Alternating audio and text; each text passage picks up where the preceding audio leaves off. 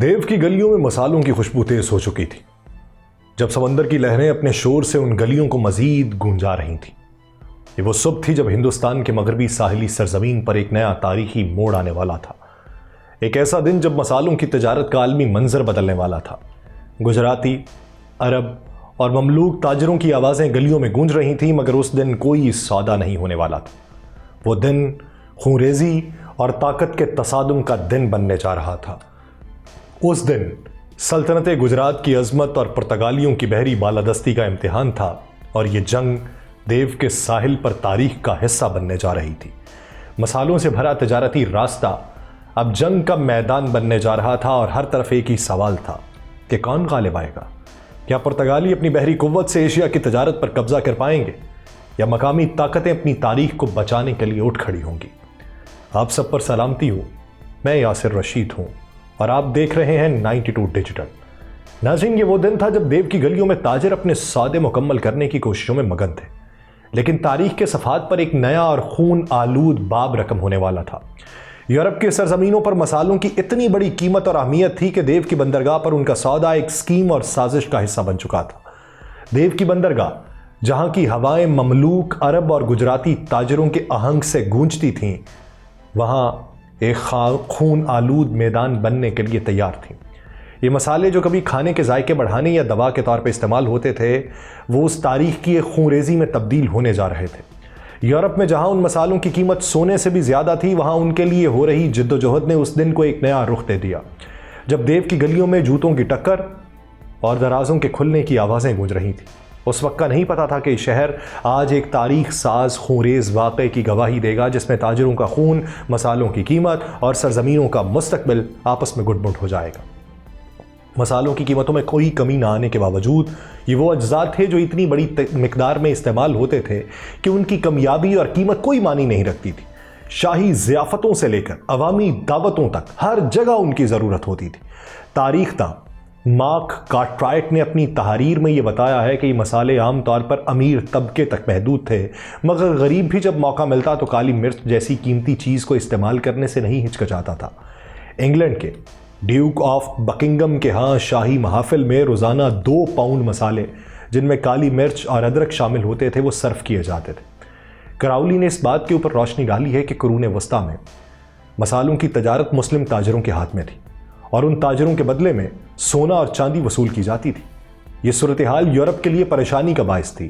کارٹرائٹ کا یہ کہنا ہے کہ اس کا حل ایشیا تک سمندری راستے کی تلاش میں تھا، تاکہ یورپ اپنی اس قدر قیمتی تجارت کے لیے آزادانہ طور پہ راستہ بنا سکے۔ جب کرسٹوفر کولمبس نے 1492 میں بحر اوقیانوس عبور کرنے کی کوشش کی تو وہ مغرب کی جانب ایشیا پہنچنے کی امید لے کر روانہ ہوا تھا، مگر اس کا سفر ایک نئی سرزمین تک لے آیا، امریکہ۔ دوسری طرف پرتگالیوں نے افریقی بر اعظم کے گرد ایک نیا راستہ دریافت کرنے کی کوشش کی۔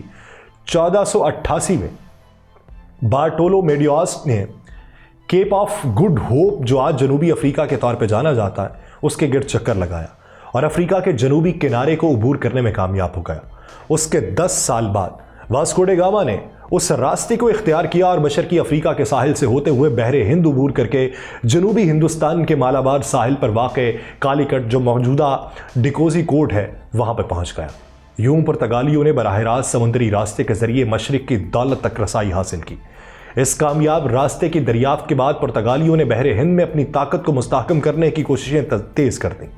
1505 میں پرتگالی بادشاہ مینوئل اول نے فرانسسکو ڈی المیڈا کو ہندوستان میں پرتگالی وائسرائے مقرر کیا، تاکہ بحر ہند میں پرتگالی بالادستی کو یقینی بنایا جا سکے۔ لیکن اس فیصلے کا مقامی تاجروں اور حکومتوں پر منفی اثر پڑا، خاص طور پہ عرب اور گجراتی مسلمان تاجروں پر، جو اپنی صدیوں پرانی تجارتی اجارہ داری کو خطرے میں محسوس کر رہے تھے۔ مصنف جولیا وزڈاک کے مطابق پرتگالیوں کے خلاف شمال مغربی ہندوستان میں ایک طاقتور اتحاد تشکیل پایا، جس میں گجرات کی مظفر شاہی سلطنت، مملوک سلطنت کالیکٹ، موجودہ کوزی کوٹ کے راجہ سامودری، جسے زمورین کہا جاتا ہے، عثمانی سلطنت کے افسران اور حتیٰ کہ وینس کے تجارتی سفر کے نگہبان بھی شامل تھے۔ یہ سب پرتگالی مداخلت کے خلاف ایک مضبوط اتحاد بنائے ہوئے تھے۔ پرتگالیوں اور مقامی طاقتوں کے درمیان کئی جھڑپیں ہوئیں، جن میں 1508 میں المیڈا کے بیٹے لورینسو ڈی المیڈا کی چول بندرگاہ جو موجودہ ممبئی کے قریب ہے وہاں پر ہلاکت ایک اہم واقعہ تھی۔ لیکن ان جھڑپوں میں سب سے بڑی جنگ 1509 میں دیو میں لڑی گئی، جس کا نتیجہ بحر ہند میں پرتگالی بالادستی کے لیے اہم تھا۔ جنگ دیو میں سلطنت گجرات کے حکمران محمود بیگڑا کی نمائندگی ملک ایاز کر رہے تھے، جنہیں ایک جارجیائی غلام کے طور پہ جانا جاتا تھا۔ مورخ کے ایس اسمتھ نے اپنی کتاب پرتگیز اینڈ دی سلطنت آف گجرات میں ایاز کے بارے میں لکھا کہ اسے ایک بار سلطان نے اپنے باز کو تیر سے مار گرانے پر آزاد کر دیا تھا اور چمپانیر قلعے کی فتح میں اہم کردار ادا کرنے کے بعد دیو سمیت کئی علاقوں کا گورنر بنایا تھا۔ کالیکٹ کے طاقتور ہندو حکمران جنہیں زمورین کے نام سے جانا جاتا ہے مالابار کے ساحل پر اپنی ذاتی محافظ فوج رکھتے تھے۔ ان کی فوج کی اکثریت نائر اور نستوری مسیحیوں پر مشتمل تھی، لیکن تمام تجارت مسلمان تاجروں کے ہاتھ میں تھی۔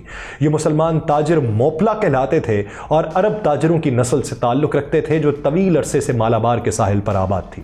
پرتگالیوں کے آنے سے ان تاجروں کی اجارہ خطرے میں پڑی، کیونکہ اب یورپ کے ساتھ ہندوستانی تجارت کے راستے بحیرہ احمر اور خلیج فارس کے ذریعے بند ہو سکتے تھے۔ اس کے لیے انہوں نے اتحاد کی صورت میں پرتگالیوں کا مقابلہ کرنے کا فیصلہ کیا۔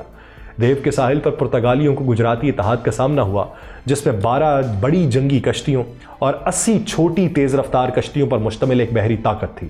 پرتگالیوں نے کوچین بندرگاہ پر اپنی بڑی بحری طاقت لگر انداز کی، جس میں 18 مضبوط جہاز تھے اور تقریباً 1700 تجربہ کار ملاح موجود تھے جو اعلیٰ معیار کے ہتھیاروں اور بختر سے لیس تھے۔ ان کی تعداد اور معیار میں برتری نے انہیں ایک واضح فائدہ دیا۔ پرتگالی بحری جنگ میں تربیت یافتہ اور تجربہ کار تھے، جس نے ان کی طاقت کو مزید مستحکم کیا۔ اتحاد نے فیصلہ کیا کہ وہ دیو کے قلعے کی دیواروں کے پیچھے پناہ لیں اور شہر کی توپوں کے ذریعے پرتگالی بیڑے کو شکست دینے کی کوشش کریں، مگر پرتگالی توپیں زیادہ دور مار کرنے والی تھیں اور ان کے جواب میں اتحاد بے بس نظر آیا۔ پرتگالیوں کی تجارتی طاقت کا عروج اور ان کی بحری حکمت عملی نے ایشیا میں ان کی اجارہ داری کو مستحکم کیا۔ ان کی جارحانہ حکمت عملی اور طاقت کا استعمال اس بات کی عکاسی کرتا ہے کہ کیسے انہوں نے دنیا بھر میں مصالحوں کی تجارت پر اپنی مکمل گرفت قائم کرنے کی کوشش کی۔ پرتگالی وائسرائے المیڈا نے اپنے بیٹے لورینسو کی موت کے بعد جس طرح ظلم و ستم کی حدیں پار کیں، وہ اس بات کا غماز تھا کہ اس کی قیادت میں انسانی جانوں کی کوئی قیمت نہیں تھی۔